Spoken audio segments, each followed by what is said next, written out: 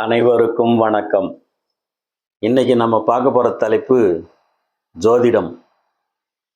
இந்த ஜோதிடத்தை நம்பலாமா வேண்டாமா? சில நேரங்கள்ல அவங்க சொல்றதெல்லாம் நடக்குது, சில நேரங்கள்ல அவங்க சொல்றது நடக்கிறது இல்லை. என்ன பண்ணலாம்? ஒரு ஜோதிடர் என்ன பண்ணாரு, ரஜினிகாந்த் அரசியலுக்கு கண்டிப்பா வந்தே தீருவார், அவர் முதலமைச்சர் ஆகியே தீருவார் அப்படின்னு சொன்னார்.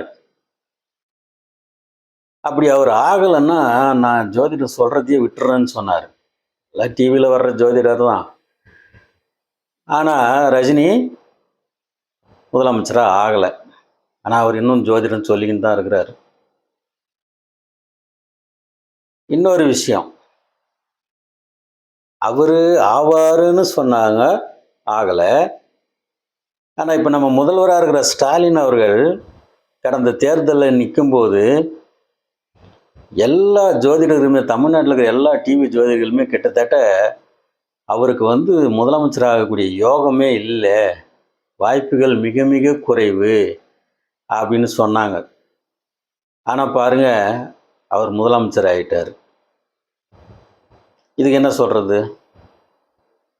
அதே மாதிரி 2019 அந்த கொரோனா தாக்குதல் நடந்துச்சு. அப்போது ஜனவரி 1ஆம் தேதி கோயிலுக்கு போகலாமேன்னு சொல்லிட்டு குளிச்சுட்டு எல்லாம் ரெடி ஆகிட்டு காலையில் ஒரு 7 மணி வாக்கில் வெளியே வர்றேன். தப்புன்னு மழை ஊற்றுது. என் லைஃப்பில் என் நினைவுக்கு தெரிஞ்சு ஜனவரி 1ஆம் தேதி அந்த மாதிரி மழை பெய்தது இல்லை. பொங்கல் அப்போ கூட பெய்யும், பெரும்பொங்கல் அன்றைக்கி பெய்யுதுக்கு பார்த்துருக்குறேன்.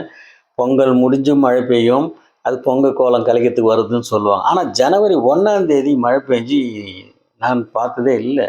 அப்போயே என் மனசில் ஒரு குறுகுறுன்னுச்சு. என்ன இது அபசகனம் மாதிரி பெய்யுது, இப்போ இந்த வருஷம் என்ன ஆக போதோ தெரியல அப்படின்னு மனசுக்குள்ளே நினச்சின்னு இருந்தேன். கோயிலுக்கு போயிட்டு டிவி போட்டோம்னா டிவியில் எல்லாம் ஒரு 7-8 ஜோதிடர்கள் ரவுண்டு கட்டி உட்காந்துன்னு இந்த ஆண்டு மிகவும் அமோகமாக இருக்க போகிறது, உலக அளவில் இந்தியா மிகப்பெரிய பெயரை பெறப்போகிறது, பொருளாதாரம்லாம் ரொம்ப சிறப்பாக இருக்கும், அப்படி இப்படின்னு மக்களும் ரொம்ப செழிப்பாக இருப்பார்கள் அப்படின்னு எல்லாம் ரவுண்டு கட்டி சொல்லின்னு இருந்தாங்க. அந்த வருஷம்தான் கொரோனா உலகத்தையே படாத பாடுபடுத்திச்சு.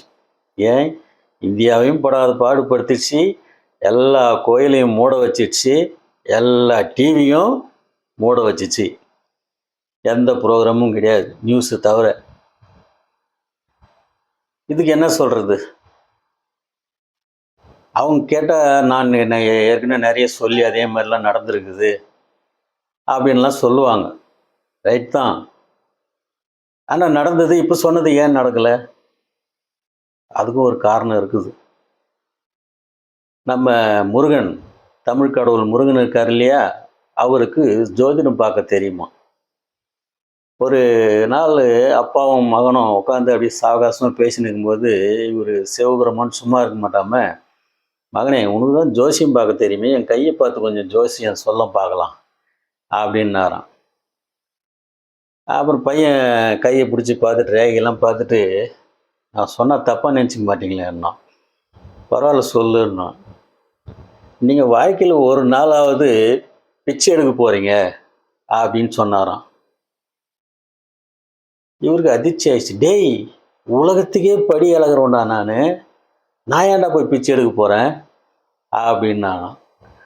இந்த பாருங்க, உங்கள் ஜாதகம் அப்படி தான் சொல்லுது, நீங்கள் என்றைக்கா இருந்தாலும் ஒரு நாள் பிச்சை எடுக்க போகிறீங்க அப்படின்னு சொன்னானா. சரி போடா போய் வேலையை பாடுறான்னு அவனை சொல்லி அனுப்பிட்டு இவருக்கு உள்ளுக்குள்ளே குறுன்னு இருக்குது. என்ன இவன், நாமளே உலகத்துக்கு கடவுளாக இருக்கிறோம், நம்ம ஏன் போய் பிச்சை எடுக்க போகிறோம் யோசிச்சு போகிறன்னு போயிட்டார்.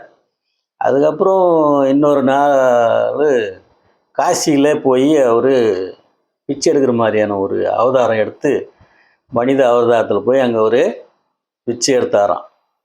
அது ஒரு நிகழ்வு, அது புராணம், அது போனால் இன்னும் டைம் ஆகும். அப்போ தான் அவருக்கு பிச்சாண்டின்னு கூட பேர் வந்தது. அந்த பிச்சை எடுத்து வாங்கி சாப்பிட்டதுக்கு அப்புறம் தான் இவர் திங்க் பண்ணாராம், ஆமாம் அது பையன் அப்பவே சொன்னான் இல்லை, அது நடந்துச்சு பார்த்தியா, நாமளே இப்போ இந்த பிச்சை எடுத்துட்டுமே அப்படின்னு சொல்லிட்டு நினச்சார். அப்போ தான் அப்போ தான் நினச்சேன், ஓ! ஆனானப்பட்ட கடவுளான நமக்கே இவ்வளோ நான் சொன்னது நடக்குது அப்படின்னு சொன்னால், அப்போ சாதாரண மக்கள் எவ்வளோ கஷ்டப்படுவாங்க அப்படின்னு யோசிச்சு தான் அப்போ அவர் ஒரு சாபம் கொடுத்தாராம். இனி எந்த ஜோசியக்காரனும் அவன் சொல்கிற பலன்கள் 100க்கு 100 பலிக்கக்கூடாது. 100ல் 1ஆவது பலிக்காமல் போகணும் அப்படின்னு சொல்லி சாபம் கொடுத்தாராம். அதனுடைய விளைவு தான் நான் எத்தனையோ சொன்னேன் பலிச்சிருக்குதுன்னு சொல்கிறவங்க, இது ஏன் பலிக்கலைன்றது காரணம் இதுதான். 100க்கு 100 அவங்க சொல்கிறது பலிக்கக்கூடாது அப்படின்னு சிவபெருமான் கொடுத்த சாபம்தான்னு சொல்லிட்டு ஒரு கதையில் நான் படித்தேன். இது உங்களுக்கு பயனுள்ளதாக இருந்தால் லைக் பண்ணுங்கள், ஷேர் பண்ணுங்கள். நன்றி, வணக்கம்.